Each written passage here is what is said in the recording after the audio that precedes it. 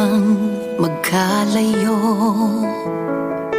Bakit kailangan pang iwan ako? Nagmahal naman ng tapat sa'yo. Bakit kailangan pang mangyari sa atin to?